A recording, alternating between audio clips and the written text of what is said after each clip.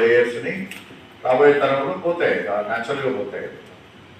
So but marketing వచ్చేటప్పటికి, అలాగే services provide చేసేటప్పటికి ఎక్కడైతే అగ్రిగేషన్ అనేది ఒక అవకాశం ఉందో అక్కడ ఖచ్చితంగా ఎఫ్పిఓలు యాక్టివ్ రోలు తీసుకోవాల్సిన అవసరం ఉంది.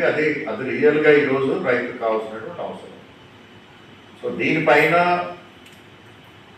ఏవైతే ఎఫ్పిఓలు ఈ విధమైనటువంటి మినీ మార్కెట్స్ కింద మారడానికి అవకాశం ఉందో అటువంటి వాటిని ఐడెంటిఫై చేసి we will send as a proposal and will get some infrastructure కావాల్సినటువంటి అన్నీ కూడా మనం తీసుకొచ్చే ప్రయత్నం చేస్తాం.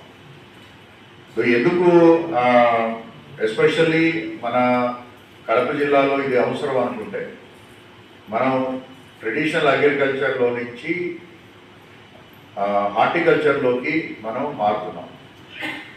హార్టికల్చర్లో మీకు పోస్ట్ హార్వెస్టింగ్ అంటే హార్వెస్ట్ అయిన తర్వాత దాని ప్యాకింగ్ కావచ్చు, లేకపోతే స్టోరేజ్ కావచ్చు, లేకపోతే దాని యొక్క మార్కెట్ లింకేజ్ కావచ్చు, ఇవన్నీ కూడా చాలా ముఖ్యమైనటువంటి భూమిక వహిస్తున్నాయి. సో ఇవి ఎఫ్పిఓలు అంటే కలెక్టివ్గా ఒక 30-40 మంది ఫార్మర్స్ కలిపి చేసుకోగలిగితేనే చేయగలుగుతారు. లేదు అంటే ఆ ప్లేస్లో ఇంకొక ప్రైవేట్ పర్సన్ రావడమో, లేకపోతే ఇంకొక ప్రైవేట్ ఎక్స్ప్లాయిటర్ వస్తారు. సో అటువంటి దాన్ని మనం కంట్రోల్ చేయాలి అని అంటే, రైతుకి నిజంగా ఈ యొక్క బెనిఫిట్ చేరాలి అని అంటే FPO is the only solution. అంటే sky is the limit, there is nothing. మనకి ఎఫ్పిఓలు అంటే ఫెర్టిలైజర్ షాపులకి లైసెన్స్ తీసుకునేటువంటి ఆలోచనే చాలా తప్పు.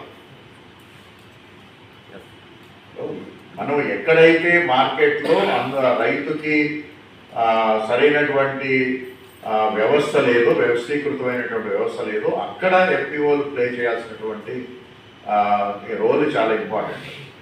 మళ్ళీ ఇంకో ఫెర్టిలైజర్ షాప్ పెట్టి, లేకపోతే ఇంకో పెస్టిసైడ్ షాప్ పెట్టి, లేకపోతే ఇంకో పెట్రోల్ బంక్ పెట్టి, that is not the objective of the FPO.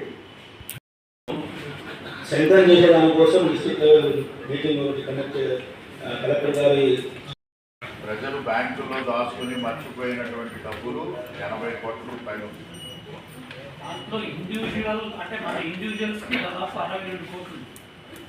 అంటే అది 50 రూపాయలు కావచ్చు, 100 రూపాయలు కావచ్చు, 500 కావచ్చు, ఆ బ్యాంకులో వదిలేసి